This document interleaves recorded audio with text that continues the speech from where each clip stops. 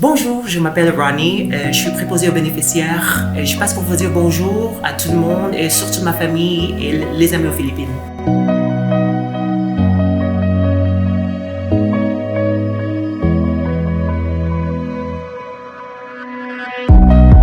Well, when I was in the Philippines, after I graduated in 2008, I just worked like random jobs and like I hopped from one call center to another. I also worked as a nurse like for a few months.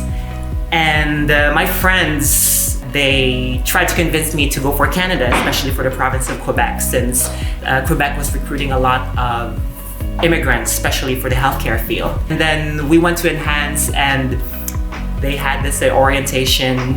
It convinced me to go for the Quebec skilled immigration. Well, I did work as a nurse in the Philippines and I think I only worked for about 5 months. When I came to Enhance to look at my credentials and the point system, what we can, if I could be qualified for the 𝗄𝗶𝗹 program. And since I only worked for a few months and I actually just quit my job without any proper documentation, so I didn't have any proof that I worked as a nurse in the Philippines. Enhance helped me a lot by looking into which points are we going to improve so that we can at least lodge my file, at least like get the minimum points. They have suggested to work more on those things so that at least I can get the minimum points so that we can lodge a file. Language-wise, I mean, that was difficult for me because, I mean, the accent and I wasn't that fluent, though I had my basics already. It was such a big trouble and it was such a big challenge for me.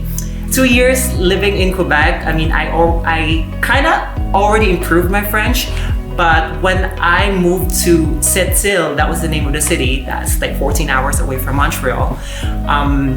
Like everything's like so new to me and like everything's so French that I didn't understand, like especially when you're working in the hospital. Every day you have to communicate with patients, you have to communicate with co-nurses and everyone in French. So yeah, it was hard, it was very challenging.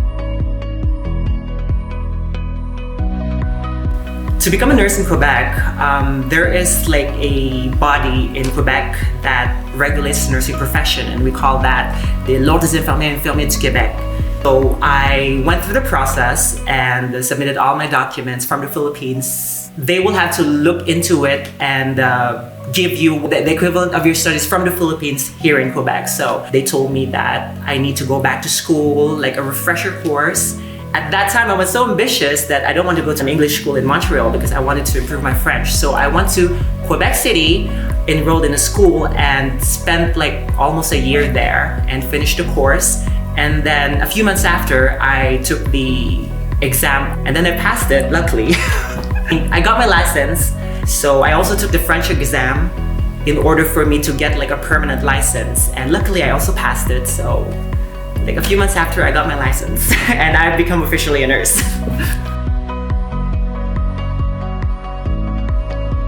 Right now, I'm actually working as a préposée aux bénéficiaires. It's an equivalent to a nursing aide, and I'm doing it by choice. So I'm not actually practicing nursing.